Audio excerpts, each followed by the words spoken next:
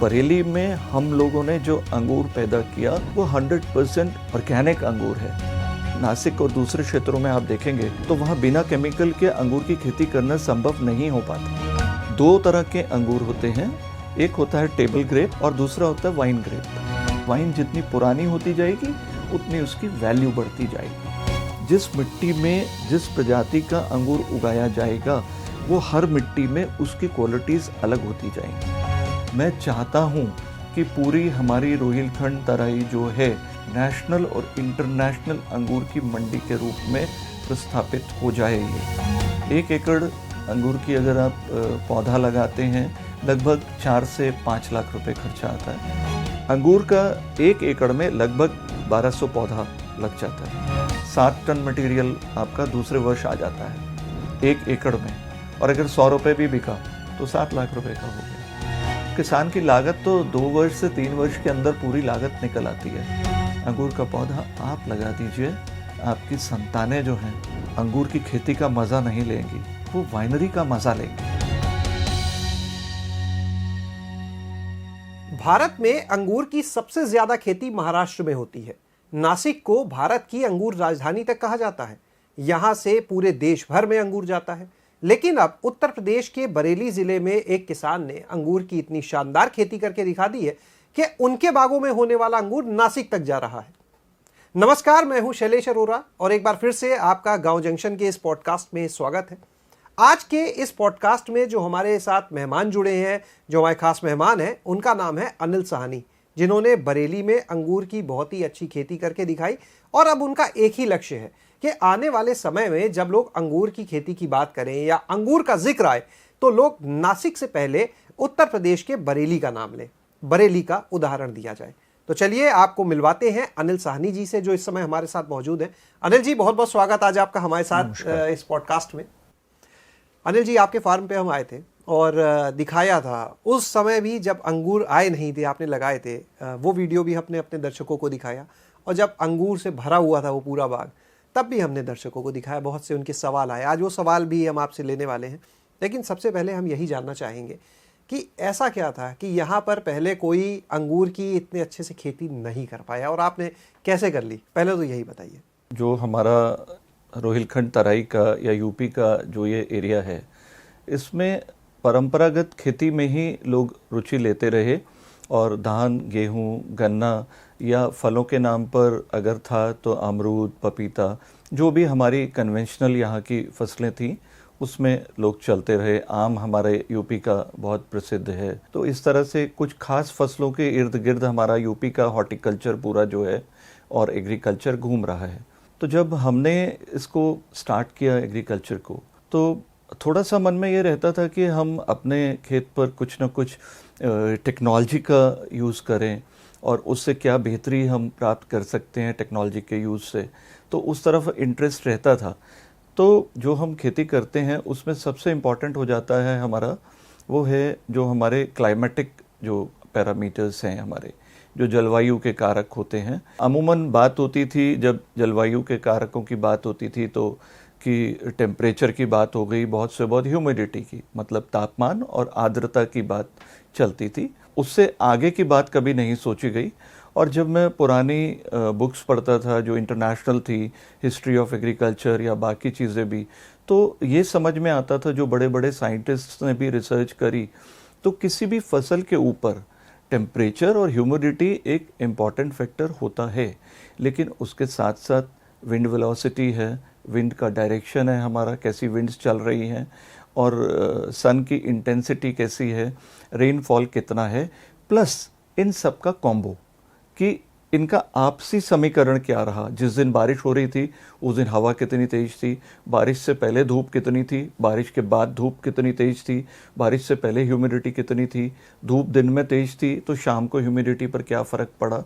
तो इस तरह के बहुत सारे कॉम्बोज बनते हैं। उनको अगर डीपली स्टडी किया जाए तो अच्छी खेती की जा सकती है। और एक बात और सामने आई, आपने देखा होगा अक्सर अब ये होता है कि इस खेत में बारिश हो रही है, साथ वाले खेत में एक भी छींटा नहीं पड़ता है जी। तो एक खेत से और दूसरे खेत में ही जब हमारी जलवायु का एक डिफरेंस सामने है, तो लेकिन जो हमें डेटा मिलता था वो डेटा हमारे पूरे ज़िले का होता था। जो हमारा मौसम विभाग है वो हमारे ज़िले का डेटा रिलीज़ करता है, वो कभी भी मेरे खेत का स्पेसिफिक या ब्लॉक स्पेसिफिक डेटा नहीं देता। तो मन में आया कि भाई हम लोग एक अपना वेदर स्टेशन इस्टेब्लिश करते हैं और अपने अनुकूल करते हैं, जो हमारी ज़रूरतें हैं उसके हिसाब से। तब हमने आज से करीब 15-16 साल पहले एक वेदर स्टेशन अपना डेवलप किया और उसमें हमने अपने इंस्ट्रूमेंट्स लगाए सारे और अपना फॉर्मेट्स तैयार किए हमने, और उन फॉर्मेट्स के बेसिस पर हमने अपना उसका सॉफ्टवेयर इंटरप्रिटेशन का एक डेटा बैंक बनाया और हमने उसको इंटरप्रेट करना स्टार्ट किया। तो जब इंटरप्रेट किया तो बहुत इंटरेस्टिंग चीज़ें सामने आई, और एक और चीज़ सामने आई, पूरे खेत में एक सी जलवायु नहीं थी। मतलब उस क्लाइमेट जोन के अंदर भी छोटे छोटे माइक्रो क्लाइमेटिक पॉकेट्स थे। उन माइक्रो क्लाइमेटिक पॉकेट्स को जब हमने स्टडी किया तो अब वो जैसे जैसे हमारी स्टडी बढ़ती गई, दिन बीतते गए, मौसम निकलता गया, कभी ठंड का मौसम आया, कभी बरसात का मौसम आया, तो हमने उसमें देखा कि अरे हमारे खेत में एक पैच ऐसा है जहाँ बरेली में रह के भी रानीखेत जैसा मौसम बनता है और इससे समय पर हमारा मौसम मैच करता है। मैं अक्सर बोलता हूँ किसानों को कि जब आपके पास में खेती रिलेटेड कोई काम ना हो तो आप अपने खेत में घूमिए, हर पौधे से बात करिए, अपनी फसल से बात करिए, उसको छूइए, उसका एहसास आप लीजिए और अपने छूने का एहसास पौधे को दीजिए। तो आपकी एक बॉन्डिंग बनती है अपनी फसल के साथ में, और पौधे और आपकी खेत की आबो हवा और आपकी खेत की जो एक वाइब्रेशंस हैं वो आपको गाइड करती हैं बहुत सारी चीज़ों में। अगर आप कुमाऊं की तरफ गए होंगे तो वहाँ पर एक झाड़ी नुमा पौधा होता है, उसको हिसालू बोलते हैं, एक किलमोड़ा होता है, एक घिंगारू होता है। तो जो हमारा पहाड़ का क्लाइमेटिक जोन बन रहा था, हमने शुरुआत में वो पौधे पहाड़ से लाकर वो लगाए अपने फार्म पर उस माइक्रो पॉकेट में, और वो बहुत अच्छे चलने लगे। फ्रूटिंग भी हुई, और फ्रूटिंग भी जो हुई वो वैसी ही हुई जैसे पहाड़ में होती है, एग्जैक्टली वैसी थी। उसका टेस्ट, उसका सब कुछ, उसके जो ब्रिक्स लेवल थे, जो मेजरमेंट के, जो मिठास को नापने के मेजरमेंट्स होते हैं, वो सब सेम आए। तो हमें बड़ा एक एनकरेजमेंट मिला कि अब हम आगे कुछ और सोच सकते हैं, ऐसा मन में आया। तो हमने और जो क्लाइमेटिक जोन्स थे उनको स्टडी किया, तो बहुत सारे फल ऐसे थे जो कभी भी हमारे बरेली तो छोड़ दीजिए, बहुत फल तो ऐसे थे जो कभी हिंदुस्तान में भी अभी तक उगाए नहीं गए हैं, लेकिन हमने वो ट्राई किए और वो ट्रायल सक्सेसफुल होते गए। आप सोचिए, मैंने आज से 10 साल पहले अपने फार्म पर एवोकाडो का ट्रायल किया और उस पेड़ को मैंने एक जंगली पेड़ की तरह बढ़ने दिया। उसको कभी पानी नहीं दिया, उस बेचारे को कभी पूछा नहीं हमने कि तुमको भूख लगी है या प्यास लगी है, वो अपना एटमॉस्फेयर से लेता रहा। एवोकाडो के फ्रूट बहुत अच्छे आ गए। जब हमने आपका वीडियो दिखाया अपने दर्शकों तक, वो हमारे दर्शकों तक पहुंचा आपका वीडियो, एक सवाल आया उनका, उन्होंने एक बात कही कि पंजाब में इससे पहले प्रयास हुआ अंगूर के बाग को लेकर, लेकिन लोगों ने बाद में उसे उखाड़ फेंका। कई जगह इस तरह के प्रयास हुए लेकिन वो असफल कह सकते रहे। आपको क्या वजह लगती है? जो पंजाब में ट्रायल किया गया वो एक बहुत अच्छा प्रयास था उस समय। वो प्रयास इसलिए विफल हुआ कि जो अंगूर की मैच्योरिटी आती थी उस समय पंजाब में बरसात शुरू हो जाती थी, और अंगूर का पौधा जो है वो फंगस इन्फेक्शन के लिए बहुत ज़्यादा सेंसिटिव होता है, और जब बरसात शुरू हो जाती है तो उसमें फंगस लग जाती थी। तो इस वजह से वो अंगूर की जो एक खेती शुरू की गई थी पंजाब में, उसको लोगों ने डिसकंटिन्यू कर दिया। यहीं पर वो बात आती है कि अंगूर हो तो सकता था, लेकिन उसकी मैच्योरिटी टाइमिंग जो थी उसको पीछे स्विच करना था। तो मैच्योरिटी टाइमिंग को स्विच करना कोई बहुत बड़ा काम साइंटिस्ट के लिए नहीं होता है। ये बहुत सारे कारक हैं जिनको आपको बहुत डीपली स्टडी करके, प्लान करके अगर काम किया जाएगा तो आज भी पंजाब में भी उगाए जा सकते हैं अंगूर एक बार फिर से। ऐसा नहीं है कि वहाँ नहीं होगा, अगर अंगूर हो गया तो फिर भी हो सकता है। और हमने जो बरेली में अपने पास अंगूर उगाए उसमें हमने इन चीज़ों का बहुत ध्यान रखा कि हमारी जो हार्वेस्ट सीज़न आए जी, उस सीज़न पर हमारे पास में इस तरह के कोई भी फैक्टर्स ना हो। एक और बहुत इम्पॉर्टेंट चीज़ मैं बताना चाहूँगा आपको, न केवल बरेली के लिए बल्कि पूरा ये जो रोहिलखंड तराई का हमारा क्षेत्र बनता है, इस पूरे क्षेत्र में जो हमारा ह्यूमिडिटी का जो कॉम्बो बनता है टेम्परेचर के साथ में और विंड्स के साथ में, जो हमारी विंड्स वेलोसिटी है, क्योंकि अगर ह्यूमिडिटी ज़्यादा है तो फंगस के लिए सेंसिटिव हो जाता है प्लांट, लेकिन उस ह्यूमिडिटी के साथ में अगर विंड फ्लो है और हमारी मतलब सनलाइट अच्छी है तो वो पॉजिटिव हो जाता है, उसमें अंगूर की क्वालिटी बहुत अच्छी होती है और उसमें जो फंगस इन्फेक्शन है वो नहीं आते। यही वजह है कि बरेली में हम लोगों ने जो अंगूर पैदा किया वो 100% ऑर्गेनिक अंगूर है। और अगर नासिक और दूसरे क्षेत्रों में आप देखेंगे तो वहाँ बिना केमिकल के अंगूर की खेती करना संभव नहीं हो पाता। देखिए, केमिकल की जब हम खेती करते हैं तो उससे ये है कि एक तो फ्रूट की क्वालिटी जो है वो ख़राब हो गई, क्योंकि ह्यूमन कंजम्पशन के लिए वो उतना ज़्यादा ख़राब हो गया उसका स्तर। दूसरा, किसान का लागत मूल्य बढ़ जाता है उसमें जब केमिकल्स डालता है वो तो जी। और हमारी बेल्ट में जब केमिकल्स की ज़रूरत नहीं है तो लागत मूल्य कम हो गया। इसमें आपको मैं एक इंटरेस्टिंग चीज़ और बताना चाहूँगा ग्रेप्स के बारे में। बिल्कुल। ग्रेप्स में क्या है कि मूल रूप से दो तरह के अंगूर होते हैं, एक होता है टेबल ग्रेप और दूसरा होता है वाइन ग्रेप।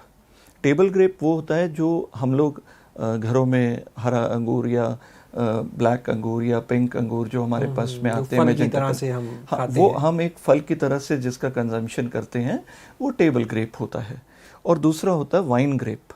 वाइन ग्रेप वो होते हैं जिसमें जो वाइन के लिए यूज़ किए जाते हैं। टेबल ग्रेप में जो मेन कंसिडरेशन रहता है ग्राहक का और मार्केट का, वो ये रहता है कि टेबल ग्रेप में एक तो बीज नहीं होना चाहिए, वो खाने में लोगों को दिक्कत आती है। दूसरा, उसका छिलका पतला होना चाहिए, सॉफ्ट होना चाहिए, और मीठा जितना ज़्यादा होगा बाज़ार में उतना अच्छा दाम आपको मिलेगा। ये तो टेबल ग्रेप की प्रॉपर्टीज़ हो गई। अब वाइन ग्रेप में जब हम आते हैं तो वाइन ग्रेप में क्या है कि वाइन ग्रेप्स के लिए बोला जाता है कि ये एक टेरॉयर का मैटर है, मीन्स मिट्टी से जुड़ी हुई चीज़ है। जिस मिट्टी में जिस प्रजाति का अंगूर उगाया जाएगा वो हर मिट्टी में उसकी क्वालिटीज़ अलग होती जाएंगी। तो जिससे एक अंगूर की वैरायटी होती है रीजलिंग। अब रीजलिंग वैरायटी को आप जर्मनी की मिट्टी में उगा रहे हैं तो उसकी कुछ प्रॉपर्टीज़ आएंगी, उसको आप नासिक में उगा रहे हैं तो कुछ प्रॉपर्टीज़ आएंगी, उसको बरेली में उगा रहे हैं तो वो डिफरेंटली परफॉर्म करेगा। हो सकता है सेम परफॉर्म भी कर दे, लेकिन कुछ ना कुछ फ़र्क आएगा उसमें। वो ही उस अंगूर की और उससे बनी वाइन की क्वालिटी हो जाती है। वाइन में एक और चीज़ है कि वाइन में अंगूर ऐसे होते हैं जिनसे दो तरह की वाइन बनती हैं। एक होती हैं शॉर्ट मैच्योरिटी वाइन्स और एक होती हैं लॉन्ग मैच्योरिटी वाइन्स। तो शॉर्ट मैच्योरिटी वाइन्स वो होती हैं जिनकी वाइन बनने के बाद आयु जो है वो 3 से 4 वर्ष, मैक्सिमम 5 वर्ष रहती है। और लॉन्ग मैच्योरिटी वाइन जो है उसकी खूबी ये रहती है कि वो लंबे समय तक उसको मैच्योर किया जा सकता है और उसकी उतनी वैल्यू, वाइन जितनी पुरानी होती जाएगी उतनी उसकी वैल्यू बढ़ती जाएगी। अब असली बात सुनिए, अभी तक नासिक वाले क्षेत्र में जितने वाइन वैरायटीज़ हैं ग्रेप्स की, उनमें से ज़्यादातर वैरायटीज़ मैं बोलूँगा, बिल्कुल नहीं तो नहीं बोलूँगा, कि ज़्यादातर वैरायटीज़ ऐसी हैं जो शॉर्ट मैच्योरिटी ग्रेप्स की हैं। लेकिन हमारे पास जो हमारा रोहिलखंड तराई का जो जलवायु है, वो जो जलवायु है वो सूटेबल है बहुत सारी लॉन्ग मैच्योरिटी जो ग्रेप्स होते हैं उनके कल्टीवेशन के लिए। और एक बहुत अचंभा देने वाली चीज़ थी कि बहुत सारी ऐसी वैरायटीज़ जो स्नो वाले एरियाज़ में होती हैं, उन्होंने हमारे पास बहुत अच्छा परफॉर्म किया, न केवल वेजिटेटिव ग्रोथ में या फ्रूट प्रोडक्शन में, बल्कि उनसे बनी हुई जो वाइन आई है उसके जो रिजल्ट्स हैं वो भी वैसे ही एनकरेजिंग हैं। जो वाइन के लिए वैरायटी आप इस्तेमाल करते हैं वो कौन सी वैरायटी है जिनके ग्रेप्स आपके ऑर्चर्ड्स में लगे? देखिए, हमने जो काम किया, जो हमने पहले अपना पायलट प्रोजेक्ट किया था, तो उसमें हमने 17 प्रजातियों का चुनाव किया था। हमने ज़्यादा वैरायटीज़ का चुनाव किया था, लेकिन हमें 17 मिल पाई थी। इसमें वाइन और टेबल दोनों थी। और वो 2 एकड़ का हमारा पायलट प्रोजेक्ट था जो हमने किया, और उसकी सफलता के बाद और उसमें जिस सेगमेंट ने बेटर परफॉर्म किया उस सेगमेंट की बाकी वैरायटीज़ हमने और अरेंज करके, तो इस समय लगभग कुल मिला के 35 प्रजातियों पर हमने काम किया और वो सब बहुत अच्छा परफॉर्म कर रही हैं। और थोड़ा बहुत जो परफॉर्मेंस रहती है वो मिट्टी की क्वालिटी के ऊपर रहती है कि जो दोमट तरह की मिट्टी है उस पर कौन सी वैरायटी चलेगी, जो थोड़ी सी रेतीली मिट्टी है उस पर कौन सी वैरायटी चलेगी। तो अलग अलग मिट्टी पे और अलग अलग थोड़े थोड़े क्लाइमेटिक जोन्स भी चेंज होते हैं, तो वो वैरायटी भी जो है इसके कारक के हिसाब से चूज़ करेंगे तो बहुत अच्छा रहेगा। लोग वैरायटीज़ के कुछ नाम जानना चाह रहे हैं। मुझे बताने में कोई संकोच नहीं है, लेकिन होता क्या है कि जो हमारे पास अभी फार्मिंग का एक ट्रेंड चल रहा है, या जो हमारे प्लांट बेचने वाली जो नर्सरीज होती हैं उनका ट्रेंड चलता है कि वो बता देते हैं कि इस वैरायटी का अमरूद जो है ये यहाँ चलेगा, वो सबको वही देना शुरू कर देते हैं। वो एक गलत ट्रेंड है, जो पूरा स्टडी करके करिए। देखिए, जैसा पंजाब में हुआ, मैं नहीं चाहता कि वैसा बरेली में भी हो। मैं ये चाहता हूँ कि जो भी किसान, हमारे बरेली नहीं, पूरा रोहिलखंड तराई का क्षेत्र, यहाँ तक कि ये पूरा जितना हमारा बेल्ट आगे लखीमपुर वाला और ये गोला गोकरनाथ पलिया, ये जितना बेल्ट है, इसमें भी बहुत अच्छे अंगूर, सीतापुर का बेल्ट है, इसमें अंगूर बहुत अच्छा हो सकता है, लेकिन वैरायटीज़ थोड़ी थोड़ी फ़र्क होंगी। आपके चैनल में जब हमारा वीडियो आया था, किसान हमसे संपर्क करते हैं और उनकी जो लोकेशन है उसके हिसाब से हम उनको वैरायटी की गाइडेंस हम सबको देते हैं। क्योंकि देखिए, मेरी कोई इच्छा ऐसी नहीं है कि मुझे कोई इसका कोई पेटेंट कराना है या मुझे इसको कोई एक अपना इंटेलेक्चुअल प्रॉपर्टी बनाना है इस चीज़ को। मैं चाहता हूँ कि पूरी हमारी रोहिलखंड तराई जो है नेशनल और इंटरनेशनल अंगूर की मंडी के रूप में प्रस्थापित हो जाए ये। तो मेरी इच्छा ये है कि ज़्यादा से ज़्यादा किसान इसकी खेती शुरू करें। और खेती के साथ साथ मैं आपको बताना चाहूँगा, हमने इसके एक्सपेरिमेंट्स किए और हमने इसकी किशमिश बनाई, उनकी क्वालिटी बहुत अच्छी बनी, उनका इंटरनेशनल मार्केट में उनका प्राइस बहुत है।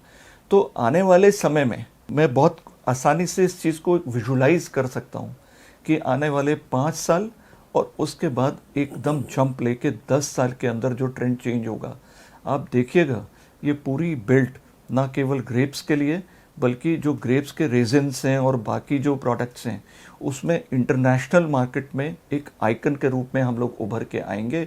बस थोड़ा सा किसानों को मनोयोग से आगे आना पड़ेगा और हमारी सरकार को भी दिल खोल के किसानों की सहायता करनी पड़ेगी। मेरा अगला सवाल आपसे इसी पे है कि गांव-गांव तक फिर पहुंचाना पड़ेगा किसानों तक इसके पौधों को, इसकी खेती को बढ़ावा देने के लिए, एक बेल्ट बनाने के लिए, जो आपने लक्ष्य की बात की थी कि कैसे नासिक से पहले बरेली का नाम आए। संसाधन है, कैसे संभव होगा ये? आप कैसे करेंगे इन चीज़ों को, अगर बात करें? देखिए, जहाँ तक मेरा सवाल है, मैं तो बहुत छोटा सा ही प्रयास कर सकता हूँ, क्योंकि मैं बहुत छोटा सा इंसान हूँ और मैं कोई बहुत बड़ा कॉरपोरेट तो हूँ नहीं। एक बहुत अच्छी बात बताऊँ मैं आपको कि हमारे उत्तर प्रदेश में इस समय जो हमारा खाद्य प्रसंस्करण डिपार्टमेंट है और हमारा उद्यान विभाग है, वो डिपार्टमेंट इतना अच्छा काम कर रहा है और मतलब किसानों के जितने प्रोजेक्ट्स हैं पूरी हेल्प कर रहे हैं। हमको भी जो हमें ड्रिप सिस्टम वगैरह लगाने थे, उसमें बहुत मदद की गई विभाग की तरफ से। और अभी भी मैंने यूपी गवर्नमेंट को सन 2022 में एक प्रोजेक्ट दिया था कि किसान अगर अपने खेत पर वाइनरी लगाए, वाइन बनाने का यूनिट लगाएगा तो फ़ायदा दिया जाए। तो मेरे प्रपोजल के ऊपर उत्तर प्रदेश सरकार ने यूपी की वाइन पॉलिसी बनाई और उसमें अगर कोई यूपी में अपनी वाइनरी लगाता है फलों से वाइन बनाने की, तो उसको 20 साल तक, 5 साल तक, एक्सटेंडेबल अप टू 20 ईयर्स तक एक्साइज ड्यूटी का एग्जेम्पशन दिया है यूपी गवर्नमेंट ने। और अभी हमारी बातचीत चल रही है विभाग से कि किसानों को और प्रसंस्करण के लिए, जैसे किशमिश का है, इस सब के भी लाभ दिए जाएं। और जहाँ तक पौधों की बात है, तो मेरा एक छोटा सा प्रयास ये है, जो मैं अगले 6 महीने के अंदर अपने पास एक छोटी नर्सरी की स्थापना कर रहा हूँ। तो पहले साल का हमारे लक्ष्य है कि लगभग 2 लाख पौधे हम तैयार करेंगे और बहुत सस्ते मूल्य पर अपने किसानों को देंगे। और उसके बाद वो वैरायटीज़ जो हैं उनको हम प्रोपेगेट करेंगे जो अलग अलग क्लाइमेटिक जोन्स के लिए ज़रूरत है। वाइन की आपने अभी बात की थी, तो उस पर एक सवाल जो हमारे दर्शकों का है वो ये कि आपके यहाँ भी एक वाइनरी तैयार हो रही है, आपने बताया था। स्वाद चखने को कब मिलेगा आपके यहाँ की वाइन का? 2022 में यूपी गवर्नमेंट ने वाइन पॉलिसी बनाई थी, तो उस समय हमने लाइसेंस ले लिया था और वो लाइसेंस हमने लिया था एक ग्रामीण पर्यटन प्रोजेक्ट का। उस पर हम लोग काम कर रहे हैं और उसमें हम लोग कॉटेजेस बनाएंगे, रेस्टोरेंट बनाएंगे और एक वाइनरी बनाएंगे, जिससे वाइन टूरिज़्म को बढ़ावा मिलेगा। वो अपने तरह का एक नया मॉडल होगा। और वाइन चखने की आपने बात बताई, तो देखिए, मेरा इस साल दूसरे वर्ष मेरा हार्वेस्ट था प्रोडक्शन में। पहले साल मेरे पास सिर्फ 2 एकड़ में पौधा था, अब इस समय मेरे पास लगभग 10 एकड़ में अंगूर लगा हुआ है। तो पहले वर्ष मेरे पास लगभग 8 टन अंगूर हुआ था जो मैंने बेचना पड़ा मुझे, क्योंकि मेरे पास प्रसंस्करण का कोई साधन नहीं था। इस वर्ष हमने लगभग 32 टन अंगूर जो है वो किसी वाइनरी को सेल किया, और लगभग 3 से 4 टन अंगूर जो है वो हमने बरेली की लोकल बाज़ार में बेचा। और एक वाइनरी चलाने के लिए हमें लगभग कम से कम 50-60 टन अंगूर की आवश्यकता है, जो संभवतः अगले साल हमारी प्रोडक्शन बढ़ जाएगी, क्योंकि पौधे अभी छोटे हैं हमारे, और अगर हम अभी प्रोजेक्ट स्टार्ट कर देंगे तो जो प्रोजेक्ट के खर्चे हैं वो नहीं निकलेंगे और हमको बैंक से लोन वगैरह लेना पड़ेगा। किस तरह से किसानों को इसका लाभ मिलेगा अगर अंगूर की खेती की तरफ आते हैं वो लोग? 1 एकड़ अंगूर की अगर आप पौधा लगाते हैं, उसका पूरा जो ट्रेलिस लगाते हैं, आप ड्रिप सिस्टम लगाते हैं, लगभग 4 से 5 लाख रुपए खर्चा आता है। डिपेंड करता है कि लैंड डेवलपमेंट में, और अगर जितना क्षेत्रफल बढ़ता जाएगा खर्चा कम होता जाता है। अंगूर के पौधे को लगाने के बाद आपको लगभग 2 वर्ष तक मेहनत करनी है इसके साथ, क्योंकि जो एक प्लांट ज्योमेट्री बननी है, इसकी कैनोपी बनानी है आपने, वो तब तक इस्टेब्लिश हो जाती है। उसके बाद रूटीन प्रूनिंग चलती है आपकी, वो एक बहुत नॉर्मल सी प्रक्रिया होती है किसान के लिए, और बहुत उसमें कोई लागत नहीं आती है। अंगूर का 1 एकड़ में लगभग 1200 पौधा लग जाता है। और अगर आप टेबल ग्रेप की बात करते हैं तो टेबल ग्रेप के एक पौधे में जो मैच्योर हो जाता है, लगभग 5 वर्ष का पौधा जब हो जाता है, तो लगभग 25-30 किलो, नासिक में तो 40 किलो तक एक पौधे से यील्ड लेते हैं वो। और लेकिन मुझे पूरा विश्वास है कि हमारी जो जलवायु है ये कुछ प्रभु कृपा से ज़्यादा ही देने वाली है किसानों को, क्योंकि जो वाइन ग्रेप में अरोमाज होते हैं, मतलब उसके जो जूस से जो वाइन बनती है उसमें जो खुशबू होती है, उसका जो टेस्ट होता है, स्वाद होता है, वो हर अंगूर का अलग होता है। इसीलिए वो वाइन ग्रेप महंगा बिकता है, टेबल ग्रेप सस्ता बिकता है वाइन ग्रेप से। अंतर यूँ समझ लीजिए, टेबल ग्रेप 1 रुपये का बिकेगा तो वाइन ग्रेप जो है वो 4 रुपये का बिकेगा। 4 गुना का अंतर रहता है उसकी प्राइस में, और वाइन ग्रेप अच्छा हो। और जब हमारे, कल्पना कीजिए आप, तराई के अलग अलग फार्म्स पर विनयार्ड खड़े हुए हैं, छोटी छोटी वाइनरीज खुली हुई हैं। इतनी अच्छी वाइनरीज तो नासिक में नहीं है अभी, जितनी जो फ्रांस की, इटली की वाइनरीज की कॉपी होंगी यहाँ पर हमारे पास। और इतने अच्छे हमारे मॉडल्स निकल के आएंगे आने वाले 5 वर्षों में। मैं इस चीज़ को बहुत विजुलाइज कर सकता हूँ। प्रोडक्शन की अगर हम बात करें तो कम से कम जो 2 वर्ष के अंदर लगभग 6 किलो तक एक पौधा दे देता है। तो अगर हम वाइन ग्रेप की आप मूल्य का आप आकलन करते हैं तो 6 किलो का मतलब हो गया 7200 किलो, मतलब 7 टन मटेरियल आपका दूसरे वर्ष आ जाता है 1 एकड़ में। और अगर 100 रुपये भी बिका तो 7 लाख रुपए का हो गया। तो किसान की लागत तो 2 वर्ष से 3 वर्ष के अंदर पूरी लागत निकल आती है इसकी। और अंगूर की खेती में एक और सबसे अच्छी बात है, अंगूर का पौधा आप लगा दीजिए, आपकी संतानें जो हैं अंगूर की खेती का मज़ा नहीं लेंगी, वो तो उनकी है ही है, वो वाइनरी का मज़ा लेंगी। तो सर, आपने एक बात कही थी अभी कि वन टाइम इन्वेस्टमेंट, तो हमने ट्रेलिस जो है वो तो एक स्ट्रक्चर हमने बना दिया, उस पर पौधे लगा दिए, तो इसका जो पौधा होता है कितने समय तक फल देता है? देखिए, ये डिपेंड करता है कि आप उसको मेंटेन कैसा करते हैं। देखिए, जो फ्रांस में है, इटली में है, जो पुराने विनयार्ड्स हैं, उसमें तो 400-400 साल पुराने तक पौधे हैं। यानी एक बार पौधा लगाया वो 400 साल तक? और बताऊं मैं आपको, जो जितना पुराना पौधा होता जाएगा उससे बनाई हुई वाइन की क्वालिटी उतनी बेहतर होती जाएगी। अंगूर के साथ में एक ये है कि जैसे जब हमारे पास जो सीज़न है अप्रैल, मई, जून का, वो सारा जो टेम्परेचर जोन हमारा है वो 40 डिग्री से ज़्यादा हो जाता है। तो अगर हमारे किसी किसान को अंगूर बेचने में मज़ा नहीं आ रहा, भाई अंगूर नहीं बेचेंगे हम, वाइन नहीं बनाएंगे हम। मत बनाइए आप वाइन, अंगूर भी मत बेचिए, आप किशमिश बनाइए, मुनक्का बनाइए उसका। और उसके किशमिश और मुनक्के में सबसे बढ़िया बात क्या है, आप उसको बनाइए और पॉलीपैक्स में पैक करके रख दीजिए, मत बेचिए आप उसको आज, आप 6 महीने बाद बेचिएगा जब मार्केट में प्राइस अच्छा मिलेगा। तो सर, ये जो अंगूर की खेती है, ये क्या लगता है आपको, उत्तर प्रदेश का जो कृषि क्षेत्र है, बागवानी का क्षेत्र है, इस क्षेत्र में किस तरह का बदलाव ला सकती है, किस तरह का गेम चेंजर साबित हो सकती है? मेरे भी उत्साह में कोई कमी नहीं है, क्योंकि मैंने ट्रायल कर लिया उसका, और मैंने ट्रायल एक दिन का नहीं किया। आपको मैं बता दूं कि अंगूर का सबसे पहला रूट स्टॉक मैंने आज से 20 साल पहले लाके अपने खेत पर लगाया था और मैं तब से उसको स्टडी कर रहा था कि ये कैसा चलेगा। जब रूट स्टॉक अच्छे चल रहे थे और मेरे जो टेम्परेचर के और क्लाइमेटिक जोन की स्टडी जब मैच कर गई, तब मैंने अंगूर की खेती में हाथ डाला। लेकिन सवाल ये आता है कि कोई भी चीज़ के चलने के पीछे, मतलब अंगूर सक्सेस हो जाएगा, क्रांति ला देगा, सब कुछ कर देगा, ये बातें बहुत अच्छी लगती हैं। लेकिन ये सब कारक तब हमारे फलीभूत होंगे जब हमारे पास प्रोडक्शन होगा, हमारे पास माल होगा देने के लिए, मंडी होगी। मंडी तब बनेगी जब माल होगा, और माल कब होगा? जब किसान, ज़्यादा से ज़्यादा किसान उसका पौधा लगाएंगे। जब पौधा नहीं लगाएंगे तो कैसे मंडी बनेगा? फिर तो दिक्कत आएगा, जो हमारे जैसे लोग फेस करते हैं दिक्कत को, कि माल कम है आपके। अक्सर लोग कहते हैं कि एक कोई भी फसल हमने करी और बहुत ही अच्छी फसल का चुनाव करा, लेकिन उसको बेच नहीं पाए। बेच इसलिए नहीं पाए कि मंडी नहीं थी और ग्राहक नहीं था। मंडी क्यों नहीं थी? समुचित मात्रा में माल नहीं था। क्योंकि देखिए, मेरे पास 32 टन माल था, तो जो बाहर के वाइनरी वाले मेरे से अंगूर लेके गए, उनको कोई दिक्कत नहीं आई, क्योंकि वो बड़े बड़े जो ट्रक थे वो भर के अंगूर के ले गए, उनको 32 टन माल मिला। अगर यही 32 टन नहीं होता, यही 4 टन होता, तो वो कैसे ले जाते? भाड़ा ज़्यादा हो जाता उसका। तो ये सारी कंडीशंस हैं कि किसानों को भी इसमें आगे आना होगा, क्योंकि एक क्रॉप, देखिए, एक मॉडल जो है वो आपके सामने लगा है। आप साल के किसी भी सीज़न में आइए हमारे फार्म पर, भ्रमण कीजिए, खुला है। कोई भी चीज़ किसी शेड के नीचे नहीं है, खुले आसमान के नीचे लगा हुआ है अंगूर। कोई कंट्रोल्ड खेती नहीं हो रही।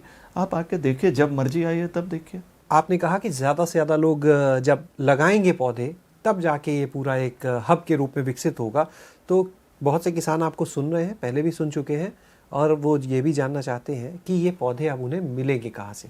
जो भी लोग लगाना चाहते हैं, पौधा मिलने से पहले 2 बातें हैं। एक तो वो हमारे से उनका मिलना ज़्यादा आवश्यक है, इसलिए नहीं कि हमें बहुत ज्ञान है, सिर्फ इसलिए कि जो हमारा अनुभव है वो हम उनसे साझा कर पाएँ, तो उनको बहुत कुछ समझ में आ जाएगा कि मेरी मिट्टी के लिए, मेरी जलवायु के लिए कौन सी प्रजातियां उपयुक्त हैं, मुझे अपने खेत की तैयारी कैसे करनी है, मुझे कौन कौन से संसाधन जुटाने हैं, और उसको ट्रेनिंग भी लेनी है साथ साथ हमारे पास आके, कि कौन सी प्रक्रिया को करना कैसे है। हमारे पास प्रक्रिया को समझकर, थोड़ी ट्रेनिंग लेकर काम करने की ज़रूरत है।